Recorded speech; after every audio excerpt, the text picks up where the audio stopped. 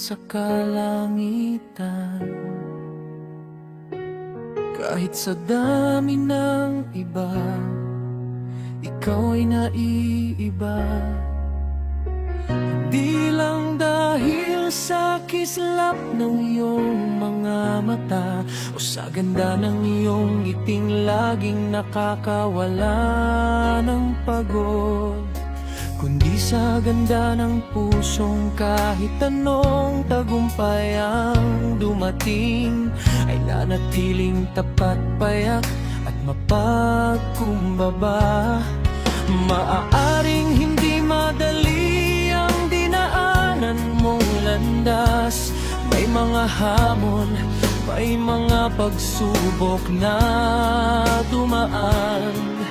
Ngunit sa halip na mapanghinaan ng loob, ito pa ang naging dahilan upang lalo kang tumatag. Dala mo ang sipag, tiyaga at pusong puno ng pangarap, hanggang sa dahan-dahan nakilala ka ng buong sambayanan. Sa bawat papel na iyong ginagampanan, hindi lang basta gumagalaw at nagsasalita.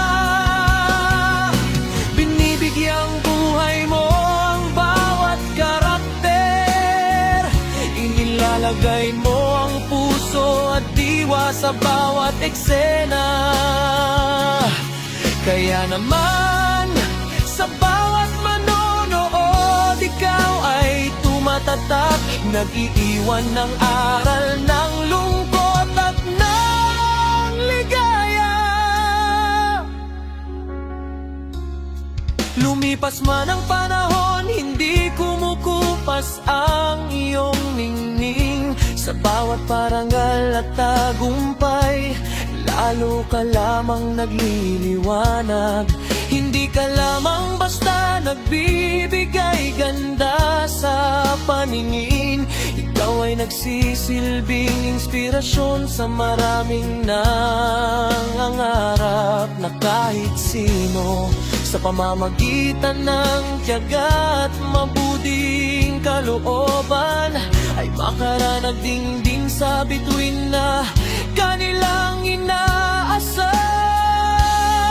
At ang higit naming hinahangaan, hindi ang dami ng iyong natanggap na papuri, hindi ang dami ng iyong mga tagumpay,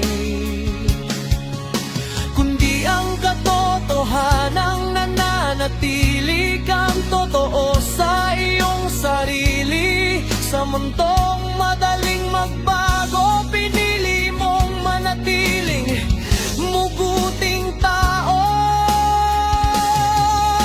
Marami ang humahanga sa iyong talento, ngunit mas marami ang humahanga sa iyong kabutihan.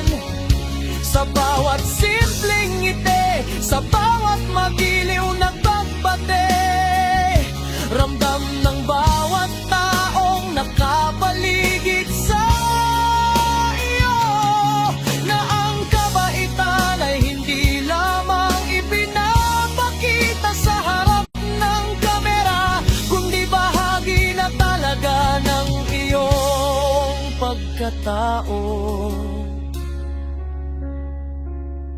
May mga araw na tila mabigat ang mundo, may mga panahong tila walang kasiguruhan ng bukas, ngunit sapat na ang makita kang patuloy na lumalaban, patuloy na nangangarap,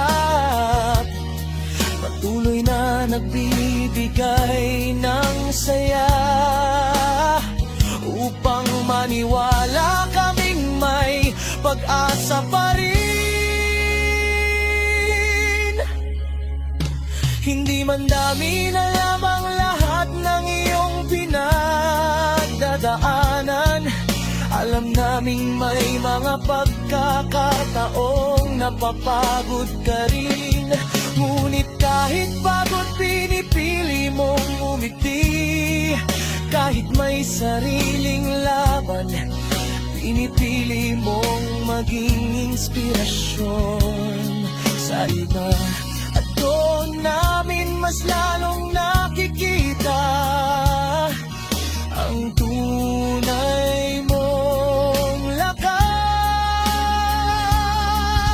Marahil ay isa ka lamang tao, ngunit sa puso ng maraming nagmamahal sa iyo.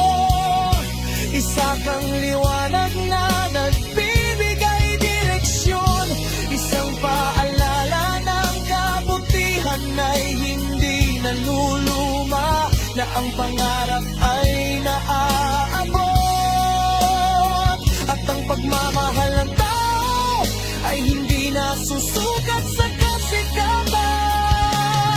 Kaya patuloy kang magningning, mahal naming Barbie.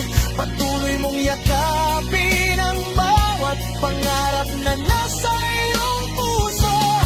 Huwag mong hayaang may makapigil sa iyong paglipad, dahil marami pa ang inspirasyong maibabahagi mo sa mundo.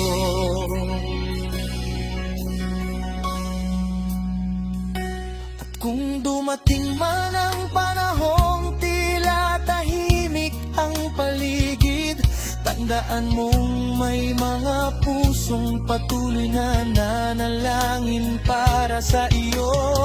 May mga taong buong pusong sumusuporta, hindi lamang dahil sa iyong husay, kundi dahil sa kung sino ka bilang tao. Dahil ang tunay na bituin ay hindi lamang kumikislap sa gabi, ito'y patuloy na nagbibigay liwanag kahit hindi napapansin. At ikaw ang isa sa mga bitiyon, tahimik na nagnilingning, tapat na nagmamahal sa kanyang ginagawa, at walang sa